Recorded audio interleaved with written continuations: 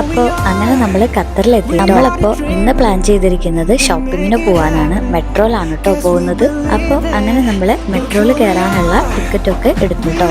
പിന്നെ ഇവിടുത്തെ metro station പുറത്തുനിന്ന് കാണാൻ വലിയ ലുക്കില്ലെങ്കിലും അകത്ത് ഒരു സംഭവം തന്നെയാണ് കേട്ടോ. പിന്നെ നമ്മളെടുത്ത കാർഡ് ഇവിടെ ടച്ച് ചെയ്താൽ മാത്രമേ ഡോറ് തുറക്കാൻ പറ്റുള്ളൂ, എന്നിട്ട് നമുക്ക് അകത്ത് കയറാൻ പറ്റുള്ളൂ കേട്ടോ. പിന്നെ ഇവിടുത്തെ വേറൊരു പ്രത്യേകത, ഇവിടെ മെട്രോന് ഡ്രൈവർ ഉണ്ടായിരിക്കില്ല കേട്ടോ, ഓട്ടോമാറ്റിക് ആയിട്ടായിരിക്കും മൂവ് ചെയ്യുന്നത്. അതുപോലെ തന്നെ മെട്രോൻ്റെ അകത്ത് ടോയ്ലറ്റ്സും ഉണ്ടായിരിക്കില്ല കേട്ടോ. പക്ഷെ നമ്മുടെ മെട്രോ സ്റ്റേഷൻ്റെ അകത്ത് എല്ലാം ഉണ്ടായിരിക്കും. ഒരു മാള് പോലെ തന്നെ ഒരു പണിതിട്ടിട്ടുണ്ട് കേട്ടോ. അത്രയും ഫെസിലിറ്റീസുകൾ അതിൻ്റെ അകത്തുണ്ട്. അങ്ങനെ നമ്മൾ മെട്രോ ഒക്കെ ഇറങ്ങി ഇനി നമ്മൾ അടുത്തത് പോകുന്നത് വില്ലേജ് മോളിലേക്കാണ് കേട്ടോ.